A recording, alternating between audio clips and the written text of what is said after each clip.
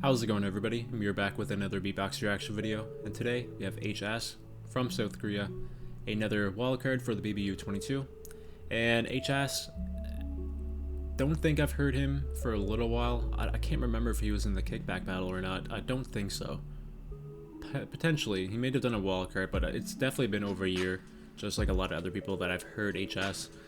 And I remember his style, incorporating a lot of vocals. Not particularly singing, just melody pitches and stuff along those lines, but he also had this pretty crazy fast-paced technical style that I remember as well, so he was able to incorporate his musicality with his technicality quite well from what I remember. So very interesting to see if he's going to carry on with that kind of style. Maybe in the downtime that we've last seen him, he's come up and incorporated some different things into his overall style, so looking forward to seeing what HS has come up with for this wildcard. So without further ado, let's see what his wildcard turned out to be.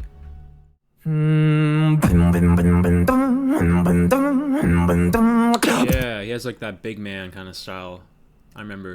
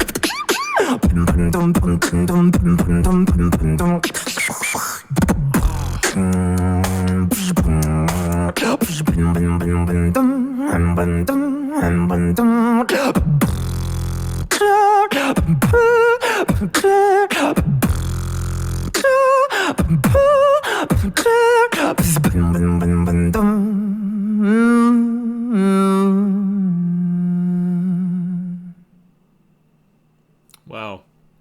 Okay guys, so that was HS wildcard for the BBU22. So I think immediately right off the bat I can say that this wildcard was probably the most standard wildcard out of every wildcard that we've seen so far for this competition, meaning that he didn't really play into the like the sound editing rule, like the filming production kind of rule. He just went out and straight up beatboxed and made like a standard raw kind of video. There's a little bit of sound editing there for sure to make it a little bit more crisp and clean, but outside of that it was pretty much just like a standard wildcard in my opinion. So the beatboxing itself, he kind of left off exactly where I remember him being. He had that really musically kind of style, but he's able to incorporate his technicality into that quite well, and he has like that like angelic kind of overall style, but then he has like that dark presence at the same time, so like mixing those two together is really cool. But I think the biggest standout for that video in particular was that one pattern he kept doing. It's like a whistle, like a fast whistle snare combo. Oh man, I thought that was super cool, and the placement of that was absolutely perfect, phenomenal. So yeah, that was a pretty good musical piece overall, but I think because of what the competition requires and all the rules set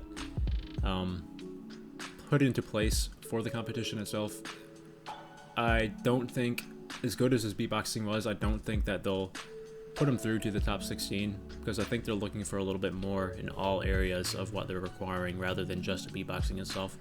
The beatboxing itself potentially could have made the top 16, but all the other areas is kind of lacking outside of that. So very solid piece of music though, honestly, but it is a shame that he chose not to go down that route like everyone else did in all the other requirements, because there is a point system, so that's definitely gonna have a play into that, I think. So anyway, guys, that's it for that video. Pretty crazy from HS. Always awesome to hear. So until the next video, see ya.